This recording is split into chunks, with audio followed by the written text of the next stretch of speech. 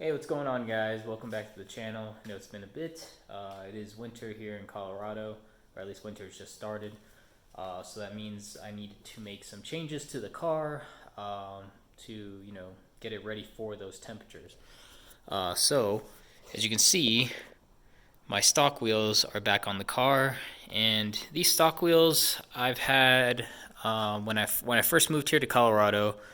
I've always had, the weds and the stock wheels, and I kept the stock wheels because I knew I wanted to swap some winter tires onto them and just be able to swap wheels when the seasons change. So on these wheels, I do have some General Arctic Ultimax tires. They're very similar to the Blizzaks, but way cheaper, and I have no complaints about them. They're very good in the snow. So, if you're looking for an option that's a little cheaper than the Blizzaks, go for these Generals. They're very good. I swapped, those on, and the good news is, I didn't know if these were gonna fit with the APG Big Brake Kit, but luckily they actually did. They fit perfectly. Plenty of room. You're probably not gonna be able to see it on camera. It's gonna look really close on camera, but it's not. I could fit your finger in between, the wheel and that, and your finger in between there. So they fit perfectly with no spacers or anything, so I'm happy because that actually, saved me some time and money because I thought I was either going to need to buy spacers, or if it really didn't fit at all, I thought I was going to need to buy another set of general tires and swap them onto these 18-inch weds, and take off my track tires, which would have been annoying, and a bunch of trips back and forth. So I'm happy they fit. So what I'm doing is I'm getting this car, ready for winter. So I generally don't drive that much during winter, but things kind of changed recently, so I will be having to drive this car as my daily car to and from work.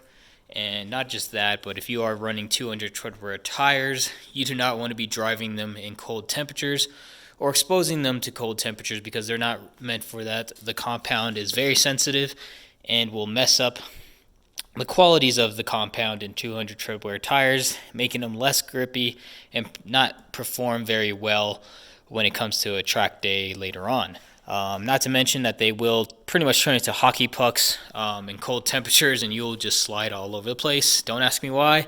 I've done it before on my old set of Hancooks because Colorado is very bipolar, and one day it decided to snow after we had all this warm weather, and it was kind of icy and everything, and yeah, these things I kind of slipped around in the parking lot, and luckily I didn't hit anything, but I learned my lesson, and not just that, but the tires right here, you can just totally tell that they feel completely different, like super hard and not grippy at all, and don't perform well at all. So, get these inside, keep them at room temperature. That's what I'm about to do. Put these inside, away from the cold and everything. But yeah, if you're running 200 tread wear, please try to change them out for winter. If you're living in Cali or anywhere else, then you don't have to worry about that.